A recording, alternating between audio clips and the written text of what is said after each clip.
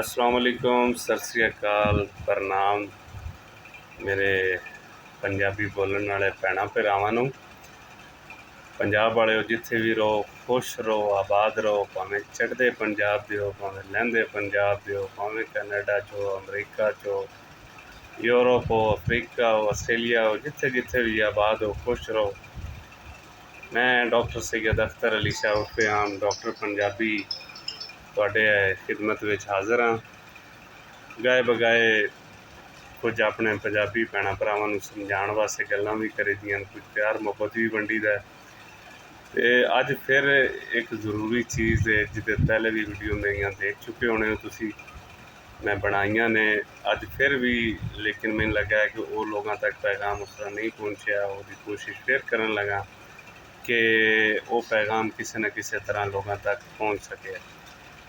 और वो पैगाम है छोटे बच्चों के मुतलिक, उन्हां विच खून की कमी के मुतलिक, बच्चों के मुतलिक है बई देखो, माँ का दुध उहदा कोई नेम बदल नहीं। इंसान के बच्चे का इंसानी दुध ही खुराक है, ना कि गाय का या मझ का दुध या भैंस का दुध जिहड़ा है वो।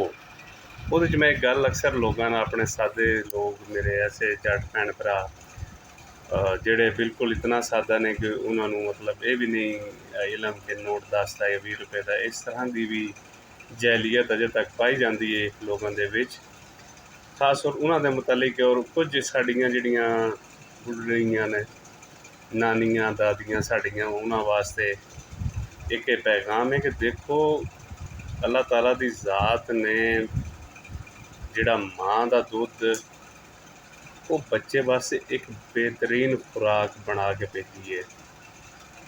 कुछ मखसूस बीमारियां होंदियां जिहदे विच ये चीज़ां जिहड़ियां ने वो तुसां नहीं इस्तेमाल करनियां, अदरवाइज वो ये दुध जिहड़ा नहीं इस्तेमाल करना। कुछ मखसूस बीमारियां ने, उहदे इलावा माँ का दुध लाजमी देना बच्चे नूं, ठीक है। उहदे मुतलिक डॉक्टर भी जिहड़ा एक चंगा डॉक्टर होएगा, जिहड़ा थोड़ा पढ़ा लिखा होएगा, वो दवाइयां भी इस तरह दीयां देता जिहड़ियां कि माँ नूं अगर जरूरत है वो दुध के जरिए बच्चे तक ना पहुँचे। उहदे इलावा बहुत सारे लोगों को सुनने को मिलता है जी, और साढ़े जनाब मैं दुध इस नहीं पाया, मेरे बच्चों जनाब कौड़ा ही या जहर बन जाता जी, और इस तरह कीड़ा तो सटिया जी, वो कीड़े मर गए ने, फलाने। ये सब कहानियां ने, ठीक है। माँ का दुध बहुत जरूरी है। और ऐसियां मेरिया भैन जिन्हों के वड्डे ऑपरेशन होंदे ने, उन्होंने वास्ते सब तो ज़्यादा मसाइल पैदा होंदे ने, क्योंकि उन्होंने दुध थोड़ा जिहा लेट आता है। तो बच्चों को डॉक्टर भुखा ना रखने उतो मजबूरी विच जिहड़ा डब्बे का दुध दिंदे ने, जिहड़ा कि उसे वक्त ही सिर्फ जरूरत होंदी है। लेकिन कुछ साड़ियां भैन जिहड़ियां दिल छड़ जांदियां ने, कुछ ऑपरेशन की दर्दां, कुछ वैसे तबीयत की बेजारी, बच्चे को ना दुध देना, और बाद चो फिर बच्चा माँ के दुध तो दूर हो जाता। और कुछ फिर आदमी जी नाल लाने तो पींदा नहीं है। हुण देखो, ऑपरेशन बिल्कुल एक मेजर ऑपरेशन होंदा है, इसकी प्रॉब्लम, इसकी पेन मैं अंडरस्टैंड कर सकदा, लेकिन हुण वो हो गया सो हो गया। लेकिन बच्चे का हक तो नहीं मारो मेरी भैन, थोड़ी हिम्मत करनी पेगी, अच्छियां दवाइयां ले लो, दर्द आराम नहीं आ रहा, थोड़ा कोई इंजैक्शन दर्द दे लगा लो, लेकिन बच्चे को दूध दो। सीधा नहीं बैठा जा रहा, कोई गल नहीं, पीछे तकिए या कोई बिस्तर इस तरह रख के थोड़ा टेक लगा के पिला लो, लेकिन पिलाओ। अच्छा, दूसरी फिर वजह जिहड़ा बच्चा माँ के नाल लाने जी, बच्चा दुध नहीं पींदा, ये सब तो ज़्यादा जिहड़ी है ना कंप्लेन आंदियां मेरे को। ਉਹਦੇ ਵਿੱਚ देखो, बच्चा जिसमें तुसी माँ के नाल लांदे हो ना, तो माँ के दुध दीयां निपलां थोड़ियां सख्त होंदियां ने। सख्त इस मुराद है कि बच्चे का उहदे ते जोर लगता है छिक्कण वास्ते। लेकिन जिहड़ा फीडर की निप्पल होंदी, एक तो वो सुराख अल्लाह भला करे, अजकल इन्ने इन्ने फीडर आए ने भी वो दुध बच्चे के मूँह सट्टण की देर है भज के अपने आप ही निकल जाता, उत्थे बच्चे का जोर नहीं लगता। इस तो फिर बच्चा वो खुश हो के पींदा भी, उत्थों की एनर्जी लग नहीं रही, हस खेड के अपना वो पी लैंदा, तो माँ के जेड़ा जोर लगता। ये थोड़ी जी है, ये कोशिश करो कि ये माँ के दुध या माँ के दुध के जायके का कोई मसला नहीं होता कि जी वह जायका नहीं सी चंगा या दुध कौड़ा जी तो बच्चे पीता नहीं, ये सब झूठियां गल्लां ने, ठीक है। ਫਿਰ ਵੀ ਕੋਈ ਮਸਲਾ ਹੈ ਤੇ ਤੁਸੀਂ ਪਹਿਲੇ ਆਪਣੀ ਲੇਡੀ ਡਾਕਟਰ ਜਾਂ ਡਾਕਟਰ ਕਿਸੇ ਨਾਲ ਮਸ਼ਵਰਾ ਕਰੋ, ਫਿਰ ਛੁਡਾਓ। ਹੁਣ ਉਹਦਾ ਨੁਕਸਾਨ ਕੀ ਹੁੰਦਾ ਹੈ ਜੀ ਕਿ ਜ਼ਾਹਿਰ ਹੈ ਮਾਲੀ ਹਾਲਾਤ ਸਭ ਦੇ ਇੱਕੋ ਜਿਹੇ ਨਹੀਂ ਹੁੰਦੇ। ਹਰ ਬੰਦਾ ਡੱਬੇ ਦਾ ਦੁੱਧ ਨਹੀਂ ਅਫੋਰਡ ਕਰ ਸਕਦਾ, ਉਹਦੇ ਕੋਲ ਇਤਨੇ ਪੈਸੇ ਨਹੀਂ ਹੁੰਦੇ। ਦਿਹਾੜੀਦਾਰ ਬੰਦਾ ਹੈ, 1000 ਦੀ ਜਾਂ 1200 ਜਾਂ 1500 ਦੀ ਉਹ ਦਿਹਾੜੀ ਲਾਉਂਦਾ ਹੈ। ਤੇ ਮਾਸ਼ਾਅੱਲਾ ਫਿਰ ਸਾਡੇ ਜਿਹੜੇ ਦਿਹਾੜੀਦਾਰ ਭੈਣ ਭਰਾ ਹੁੰਦੇ ਇਹਨਾਂ ਦੇ ਬੱਚੇ ਵੀ ਅੱਗੋਂ ਢੇਰ ਸਾਰੇ ਹੁੰਦੇ ਨੇ। ਉਹ ਇੱਕ ਅਲੱਗ ਟੌਪਿਕ ਹੈ, ਮੈਂ ਉਹਦੇ ਕਿਸੇ ਦਿਨ ਗੱਲ ਕਰਾਂਗਾ। ਤੇ ਫਿਰ ਉਹ ਜ਼ਾਹਿਰ 1000 1500 2000 ਅੱਜ ਦੀ ਮਹਿੰਗਾਈ ਦੇ ਦੌਰ ਵਿੱਚ ਉਹ ਰੋਟੀ ਪੂਰੀ ਕਰੇ ਜਾਂ ਬੱਚੇ ਦਾ ਦੁੱਧ ਪੂਰਾ ਕਰੇ। ਉਹਦੇ ਵਿੱਚ ਕੀ ਹੁੰਦਾ ਕਿ ਜਨਾਬ ਉਹ ਫਿਰ ਮਜਬੂਰੀ ਹੋ ਕੋਈ ਗਾਂ ਦਾ ਸ਼ੁਰੂ ਕਰ ਦਿੰਦਾ, ਕੁਝ ਮੱਝ ਦਾ ਸ਼ੁਰੂ ਕਰ ਦਿੰਦਾ, ਕੁਝ ਅੱਲਾ ਭਲਾ ਕਰੇ ਬੱਕਰੀ ਦਾ ਵੀ ਸ਼ੁਰੂ ਕਰ ਦਿੰਦਾ। ਹੁਣ ਹੁੰਦਾ ਕੀ ਹੈ, ਕੋਈ ਬੁਲਾਉਂਦੇ ਨੇ ਉਹਦੇ ਜ਼ਾਹਿਰ ਚਰਬੀ ਜ਼ਿਆਦਾ ਹੁੰਦੀ ਹੈ, ਬੱਚਾ ਸ਼ੁਰੂ ਫੁੱਲ ਜਾਂਦਾ, ਸਾਰੇ ਬੜਾ ਖੁਸ਼ ਹੁੰਦੇ ਨੇ ਜੀ ਫਲਾਣਾ ਡਾਕਟਰ ਇੰਜੇ ਕਹਿੰਦਾ ਸੀ, ਐਵੇਂ ਕਵੇ ਕੋਈ ਸਾਡੇ ਬੱਚੇ ਦੀ ਹਾਲਤ ਇਹਦੇ ਨਾਲ ਫੁੱਲ ਗਿਆ, ਕੋਈ ਮੋਟਾ ਹੋ ਗਿਆ, ਤਾਜ਼ਾ ਹੋ ਗਿਆ। ਲੇਕਿਨ ਹੁੰਦਾ ਕੀ ਜਿਉਂ-ਜਿਉਂ ਬੱਚਾ ਵੱਡਾ ਹੁੰਦਾ ਜਾਂਦਾ ਉਹਦੇ ਵਿੱਚ ਆਇਰਨ ਦੀ ਕਮੀ ਹੁੰਦੀ ਜਾਂਦੀ ਹੈ। ਔਰ ਅੱਲਾ ਭਲਾ ਕਰੇ ਜਿਸ ਵੇਲੇ ਫਿਰ ਉਹਨੂੰ ਉਲਟੀ ਜਾਂ ਮਤਲਬ ਉਹਦੀ ਜਿਹੜੀ ਆਂਦਰਾਂ ਦੀ ਇੱਕ ਕੈਪੈਸਿਟੀ ਹੁੰਦੀ ਹੈ ਉਸ ਦੁੱਧ ਨੂੰ ਬਰਦਾਸ਼ਤ ਕਰਨ ਦੀ, ਹਜ਼ਮ ਕਰਨ ਦੀ, ਉਹ ਖਤਮ ਹੁੰਦੀ, ਉਹ ਪੂਰੀ ਹੁੰਦੀ ਹੈ। ਉਹ ਲੈਕਟੋਜ਼ ਦੀ ਡੋਜ਼ ਓਵਰਡੋਜ਼ ਹੋ ਜਾਂਦੀ ਬਾਡੀ ਵਿੱਚ, ਤੇ ਫਿਰ ਉਲਟੀਆਂ ਤੇ ਪੇਚਸ ਇੰਦੇ ਛੁੱਟਦੇ ਨੇ। ਕੁਝ ਜਿੰਨਾ ਮੋਟਾਪਾ ਜਿੰਨੀ ਉਹ ਫੂਕ ਭਰੀ ਹੁੰਦੀ ਉਹ ਇੰਝ ਲੈਂਦੀ ਹੈ ਕਿ ਜਿਵੇਂ ਹੈ ਹੀ ਕੋਈ ਨਹੀਂ ਸੀ। ਤੇ ਅੱਲਾ ਮਾफ़ ਕਰੇ ਇਤਨਾ ਗੰਦਾ ਡਾਇਰੀਆ ਹੁੰਦਾ ਕਿ ਕਈ ਦਫਾ ਡੀਹਾਈਡਰੇਸ਼ਨ ਦੀ ਵਜ੍ਹਾ ਤੋਂ ਬੱਚੇ ਦੀ ਡੈਥ ਵੀ ਹੋ ਜਾਂਦੀ ਹੈ। ਇਹ ਬਹੁਤ ਸਾਰੀ ਜਗ੍ਹਾ ਤੇ ਦੇਖਿਆ ਗਿਆ ਔਰ ਬਹੁਤ ਸਾਰੇ ਕੇਸਿਸ ਦੇਖੇ ਗਏ। ਮੇਰੇ ਜਿਹੜੇ ਪੀਡੀਆਟ੍ਰੀਸ਼ਨ ਭਰਾ ਨੇ ਜਾਂ ਜਿਹੜੇ ਜੀਪੀ ਬੈਠੇ ਨੇ ਉਹਨਾਂ ਨੂੰ ਇਸ ਚੀਜ਼ ਦਾ ਇਲਮ ਹੋਏਗਾ ਕਿ ਇਹ ਚੀਜ਼ਾਂ ਬਹੁਤ ਸਾਰੀਆਂ ਕਾਮਨ ਨੇ।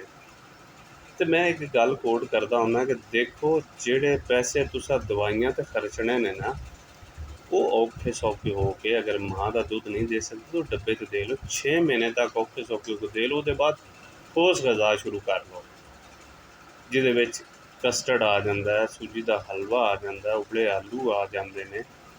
ਉਹਦੇ ਬਾਅਦ ਬਣੇ ਬਣਾਏ ਸਿਰੀਲੈਕ ਆਉਂਦੇ ਨੇ, ਥੋੜ੍ਹਾ ਜਿਹਾ ਕਲੇਜੀ ਭੁੰਨ ਕੇ ਉਹਨੂੰ ਥੋੜ੍ਹਾ ਚਿੱਥ ਕੇ ਉਹ ਥੋੜ੍ਹਾ ਦੇ ਲਓ, ਬਜਾਏ ਕਿ ਤੁਸੀਂ ਇਹ ਗੰਦੇ ਦੁੱਧ ਦਿਓ।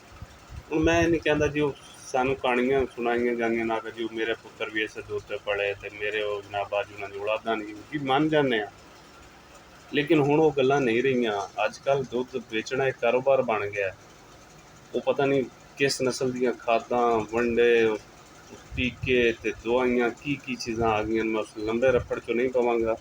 ਮੈਂ ਤੁਹਾਨੂੰ ਦੱਸਾਂ ਕਿ ਫਲਾਣਾ ਟੀਕਾ ਤਾਂ ਉਹਦਾ ਕੀ ਨੁਕਸਾਨ ਹੈ ਅਤੇ ਫਲਾਣਾ ਵੰਡਾ ਜਾਂ ਫਲਾਣੀ ਖਾਦ ਉਹਦਾ ਕੀ ਹੈ। ਲੇਕਿਨ ਅੱਜ ਕੱਲ੍ਹ ਬੱਚਿਆਂ ਵਿੱਚ ਇੱਕ ਕਿਸਮ ਦਾ ਜਿਹੜਾ ਮਾਂ ਤੋਂ ਇਲਾਵਾ ਉਹਦੇ ਡੱਬਿਆਂ ਤੋਂ ਇਲਾਵਾ ਬਾਕੀ ਦੁੱਧ ਹੈ ਉਹ ਜ਼ਹਿਰ ਬਣਿਆ।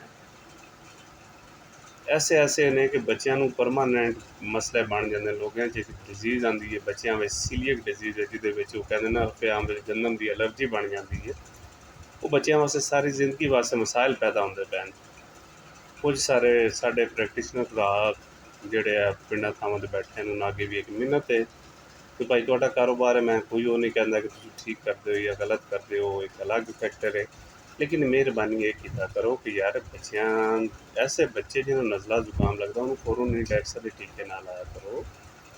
ਉਹ ਇੱਕ ਸਟੀਰੋਇਡ ਹੈ, ਉਸ ਬੱਚੇ ਵਾਸਤੇ ਬਹੁਤ ਸਾਰੇ ਮਸਾਇਲ ਹੁੰਦੇ ਨੇ। ਖਾਸ ਤੌਰ ਜਿਹੜਾ ਗਾਂ ਮੱਝ ਦਾ ਪੀ ਰਿਹਾ ਹੁੰਦਾ ਦੁੱਧ ਉਹਦੇ ਵਾਸਤੇ ਤਾਂ ਇੱਕ ਕਿਸਮ ਦਾ ਕਹਿ ਲਓ ਤੁਸੀਂ ਉਹਨੂੰ ਡੈਕਸਾ ਲੱਗਿਆ ਤਾਂ ਉਹਦੀ ਹਾਲਤ ਗੈਰ ਹੀ ਹੋ ਗਈ ਹੈ। ਬਹੁਤ ਸਾਰੇ ਬੱਚੇ ਨੇ ਇਸ ਤਰ੍ਹਾਂ ਦੀਆਂ ਬੱਚੀਆਂ ਆ ਜਾਂਦੀਆਂ ਨੇ ਇਤਨੀਆਂ ਮੈਲ ਨਰਿਸ਼ਡ ਹੁੰਦੀਆਂ ਨੇ ਕਿ ਪੇਟ ਜਨਾ ਫੁੱਲ ਕਿੱਧਰ ਦਾ ਜਾਣ ਡਿਆ, ਬਾਹਾਂ ਪਸਲੀਆਂ, ਲੱਤਾਂ ਸੁੱਕੀਆਂ ਪਈਆਂ ਨੇ, ਜਿਵੇਂ ਸੋਕੜੇ ਦੀ ਬਿਮਾਰੀ ਹੁੰਦੀ ਨੇ ਉਹ ਲੋਕਾਂ 'ਚ ਹੋਈ ਬੱਚਿਆਂ ਵਿੱਚ ਉਹ ਅੱਜ ਕੱਲ੍ਹ ਬਹੁਤ ਜ਼ਿਆਦਾ ਹੋ ਰਹੀ ਹੈ। ਹਾਲਾਂਕਿ ਮਾਂ ਪਿਓ ਕੋਲ ਪੁੱਛੋ ਤਾਂ ਉਹਨਾਂ ਦਾ ਦਿਲ ਕਰਦਾ ਕਿ ਜੋ ਉਹਨਾਂ ਤਨ 'ਤੇ ਪਾਇਆ ਉਹ ਵੀ ਲਾ ਕੇ ਵੇਚ ਕੇ ਤੇ ਬੱਚਿਆਂ ਨੂੰ ਖਵਾ ਦੇਣ। ਲੇਕਿਨ ਗੈਰ ਜ਼ਰੂਰੀ ਚੀਜ਼ਾਂ ਖਾਸ ਤੌਰ 'ਤੇ ਗੰਦਾ ਦੁੱਧ, ਇਹਦੀ ਵਜ੍ਹਾ ਤੋਂ ਬੱਚੇ ਦਿਨ ਬ ਦਿਨ ਬਹੁਤ ਜ਼ਿਆਦਾ ਕਮਜ਼ੋਰ ਹੋ ਰਹੇ ਹਨ। ਫਿਰ ਉਹਨਾਂ ਦੀ ਜ਼ਿਹਨੀ ਨਸ਼ੋਨੁਮਾ ਵੀ ਨਹੀਂ ਹੁੰਦੀ, ਉਸ ਤਰ੍ਹਾਂ ਦੀ ਜਿਸਮਾਨੀ ਨਸ਼ੋਨੁਮਾ ਵੀ ਨਹੀਂ ਹੁੰਦੀ। 2.5 3 ਸਾਲ ਦੇ ਬੱਚੇ ਹੋ ਜਾਂਦੇ ਨੇ ਤਾਂ ਉਹਨਾਂ ਕੋਲ ਆਪਣੀ ਲੱਤਾਂ 'ਤੇ ਖਲੋਤਾ ਵੀ ਨਹੀਂ ਜਾਂਦਾ। ਮੰਨ ਲੈਂਦੇ ਕੋਈ ਮਸਕੂਲਰ ਜਾਂ ਬੋਨ ਦੇ ਡਿਸਆਰਡਰ ਵੀ ਹਨ ਇਸ ਤਰ੍ਹਾਂ ਦੀ ਜਿੱਦਾਂ। ਲੇਕਿਨ ਬਹੁਤ ਸਾਰੇ ਬੱਚਿਆਂ ਦੀਆਂ ਰਿਪੋਰਟਾਂ ਆਈਆਂ ਹੁੰਦੀਆਂ ਨੇ, ਸਾਰਾ ਕੁਝ ਕਲੀਅਰ ਹੁੰਦਾ, ਲੇਕਿਨ ਖੁਰਾਕ ਪ੍ਰੋਪਰ ਨਾ ਹੋਣ ਤੋਂ ਇਹ ਕੰਮ ਜਿਹੜਾ ਬਣ ਜਾਂਦਾ। ਠੀਕ ਹੈ, ਅਤੇ ਤੁਹਾਡੇ ਅੱਗੇ ਮੇਰਾ ਤਰਲਾ ਹੈ, ਮੇਰੀ ਮਿੰਨਤ ਹੈ ਆਪਣੀ ਬੁੜੀਆਂ ਅੱਗੇ, ਬੁੱਢਿਆਂ ਅੱਗੇ, ਭਰਾਵਾਂ ਅੱਗੇ, ਭੈਣਾਂ ਅੱਗੇ ਕਿ ਆਪਣੇ ਬੱਚਿਆਂ ਦੇ ਹਾਲ 'ਤੇ ਰਹਿਮ ਕਰੋ। ਖੁਦਾ ਦਾ ਨਾਂ ਜੇ ਮਾਂ ਦਾ ਦੁੱਧ ਦਿਓ, ਮਾਂ ਦਾ ਨਹੀਂ ਦਿਓ। ਅੱਛਾ ਜੇ ਜਿਹੜਾ ਵੀ ਸਸਤਾ ਤੁਹਾਨੂੰ ਲੱਗਦਾ ਹੈ ਕਿ ਡੱਬੇ ਦਾ ਨੈਸਲੇ ਕੰਪਨੀ ਦੇ ਡੱਬੇ ਨੇ ਸਸਤੇ ਵੀ ਨੇ, वो औखे सौखे 6 महीने तक ब्याह के बाद जो ठोस गजावां दिओ और दुध की वैसे ही मिकदार कम कर दिओ। ठीक है, बच्चे ਨੂੰ ਖਾਣ ਤੇ ਲਾ ਦਿਓ ਦੁੱਧ ਐਸਾ ਐਸਾ ਫਿਰ ਕੋਈ ਇੱਕ ਟਾਈਮ 2 ਟਾਈਮ ਜਾਂ ਹੱਦ ਮਾਰ ਕੇ 3 ਟਾਈਮ ਤੇ ਲਓ। ਬੱਚਾ ਤੁਹਾਡਾ ਪਲ ਜਾਏਗਾ और सेहत जो पड़ेगा, ये मेरी तरफों गारंटी है। ठीक है, खुश रहो, आबाद रहो, हंसते रहो, खेड़ते रहो, बसते रहो। अल्लाह हाफिज़।